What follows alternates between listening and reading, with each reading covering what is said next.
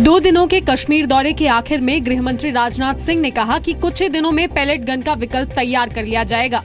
17 साल, 18 साल, 15 साल, 20 साल के नौजवान, उनके हाथों में कंप्यूटर, कलम, बुक्स होनी चाहिए। क्या उन बच्चों के भविष्य को बनाने की गारंटी वह दे सकते हैं? विदिन फ्यू डेज हम लोग इस पैलेट गन का एक विकल्प, इसका अल्टरनेटिव देंगे।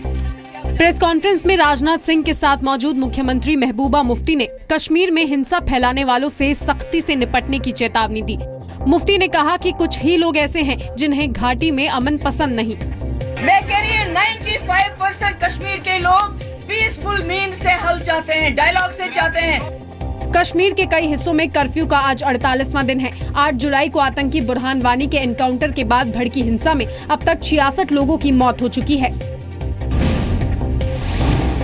भारत ने पाकिस्तान से फिर दोहराया है कि दोनों देशों के बीच बातचीत का मुद्दा सिर्फ और सिर्फ सीमा पार आतंकवाद होगा।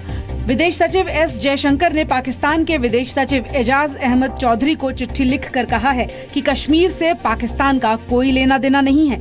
India is going to talk only on terrorism being exported from Pakistan, and the second issue that India is going to speak to Pakistan is the return of illegally occupied Pakistan, occupied Kashmir. जवाब में पाकिस्तान ने कहा है कि बात कश्मीर पर ही होगी।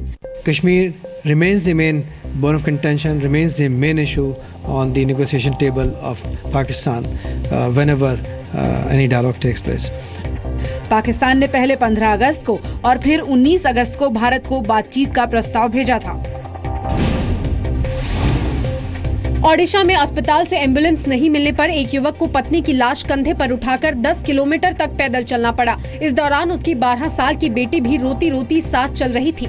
मामला कालाहांडी जिले का है, जहां दाना माझी नाम के शख्स की पत्नी के अस्पताल में मौत हो गई। माझी ने अस्पताल से लाश ले जाने के लिए एम्बुलेंस मांगी।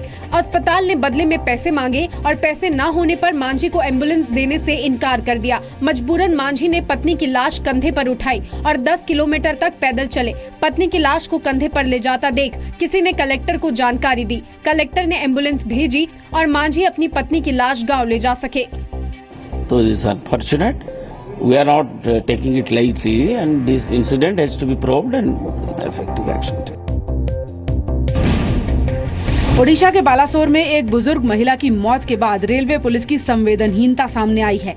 महिला की मौत ट्रेन से गिरकर हुई, जिसके बाद उसके शव को स्थानीय स्वास्थ्य केंद्र में ले जाया गया। स्वास्थ्य केंद्र में कर्मचारियों ने पहले महिला के हाथ और पैर तोड़े, उसके बाद उसे एक बोरे में भर दिया।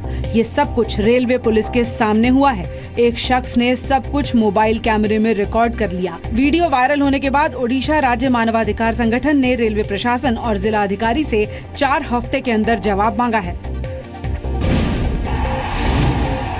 मुंबई में दही हांडी फोड़ने के दौरान 80 से ज्यादा गोविंदा जख्मी हो गए। इनमें से 54 को अस्पताल से छुट्टी दे दी गई, जबकि 17 को अस्पताल में भर्ती करना पड़ा। आज कई जगह दही हांडी पर सुप्रीम कोर्ट के निर्देश को तोड़कर 20 फीट से ऊंचे पिरामिड बनाए गए। दादर में गोविंदा काले कपड़े लेकर पिरामिड पर चढ़े। ठाणे में MNS कार्यकर्ताओं ने खास टी-शर्ट पहनकर कोर्ट के फैसले का विरोध किया। टी-शर्ट पर लिखा था, मैं नियम तोड़ूंगा।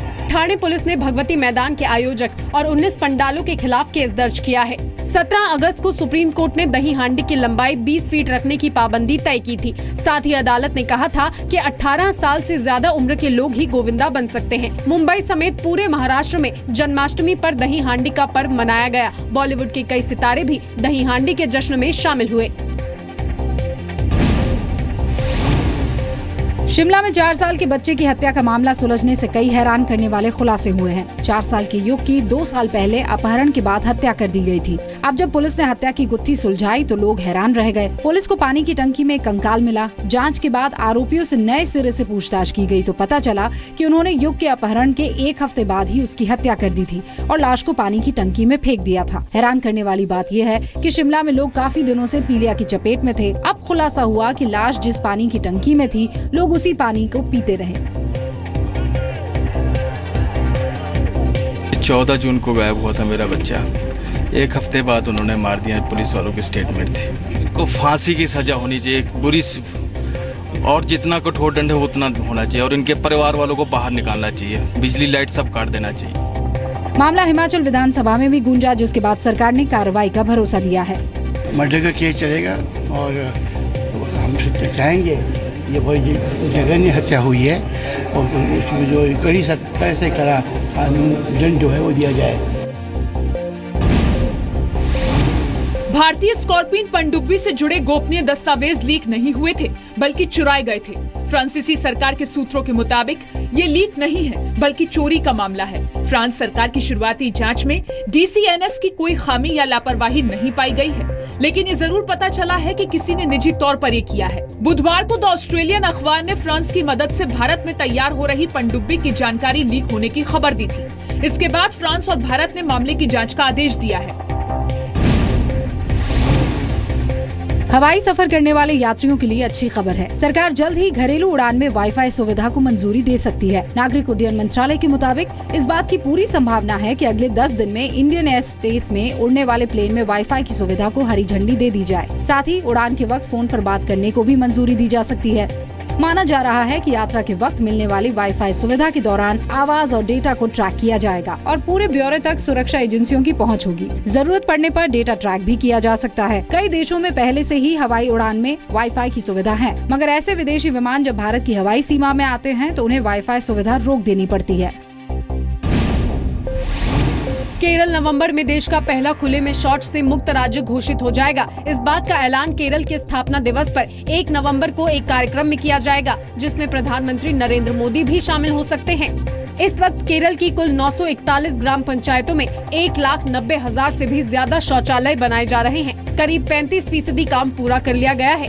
केरल सरकार ने फैसला किया है कि वो स्वच्छ भारत मिशन की शुरुआत करने वाले प्रधानमंत्री मोदी को अपने कार्यक्रम में बुलाएगी। उत्तर प्रदेश में पुलिस वालों को अब हर 10 दिन में एक छुट्टी मिलेगी। ये फैसला मुख्यमंत्री अखिलेश यादव ने लिया है। पुलिस कर्मियों को हर 10 दिन में एक छुट्टी देने का फैसला इसी साल 1 सितंबर से लागू होगा। Bureau of police research and development के मुताबिक देश में 73% पुलिस कर्मियों को वीकली ऑफ नहीं मिलता है, जबकि 68% पुलिस वाले दिन भर में 11 घंटे से ज्यादा काम करते हैं। काफी दिनों से देश में पुलिस सुधारों की मांग हो रही है, उसमें पुलिस वालों को हफ्ते की छुट्टी देने की मांग सबसे ऊपर है। कुछ दिनों पहले ही दिल्ली में पुलिस वालों को बच्चों के बर्थडे और शादी की सालगिरह पर छुट्टी देने का ऐलान किया गया था।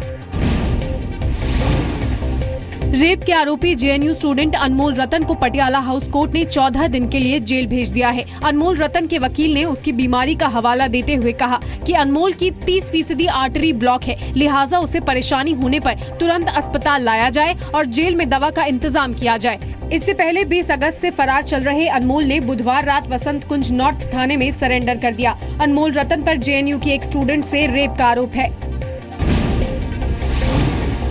भूकंप के शिकार इटली के पिस्कारा डेल टोरंटो में एक बच्ची को 15 घंटे बाद मलबे से निकाल दिया गया। 10 साल की ये बच्ची भूकंप के बाद गिरे एक मकान में दब गई थी। राहत बचाव काम में जुटी रेस्क्यू टीम ने जब देखा कि लड़की जिंदा है तो फौरन ऑपरेशन शुरू कर दिया। कई घंटे के बाद उसे सुरक्षित बाहर निकाल दिया गया।